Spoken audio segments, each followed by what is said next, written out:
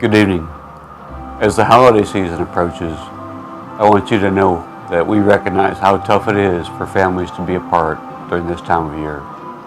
But I also want you to know that we recognize that the sacrifices you make and that your families make are important in order to keep our country free and protect the freedoms that we love and enjoy. So tonight, we'd like to have you enjoy a special reading of The Night Before Christmas.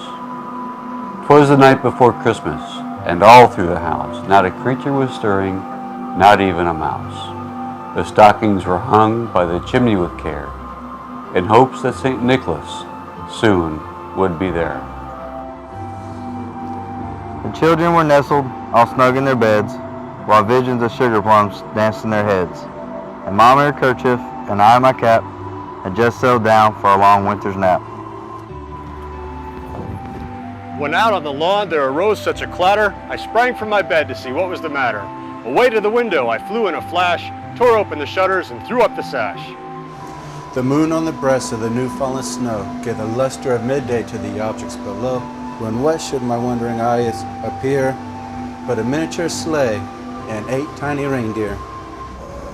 With the little old driver so lively and quick, I knew in a moment it must be St. Nick. More rapid than eagles, his coursers they came, and he whistled and shouted and called them by name.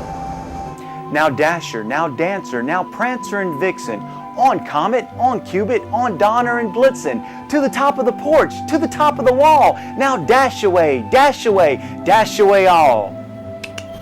As dry leaves that before the wild hurricane fly, when they meet with an obstacle mounted to the sky, so up to the housetop the coursers they flew, with the sleigh full of toys and St. Nicholas too.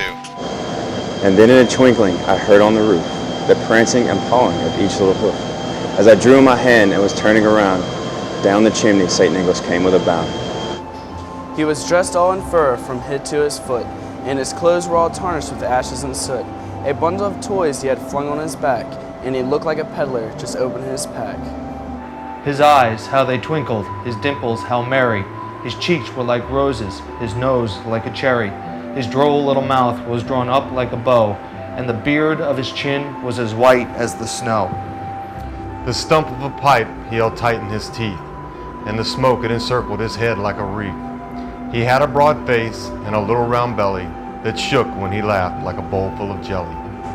He was chubby and plump, a right jolly old elf, and I laughed when I saw him, in spite of myself. A wink of his eye and a twist of his head soon gave me to know I had nothing to dread.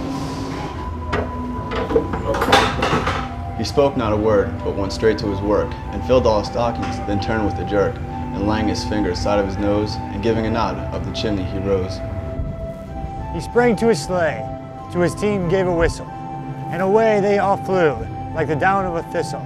But I heard him exclaim, ere he drove out of sight, Happy Christmas to all, and to all a good night.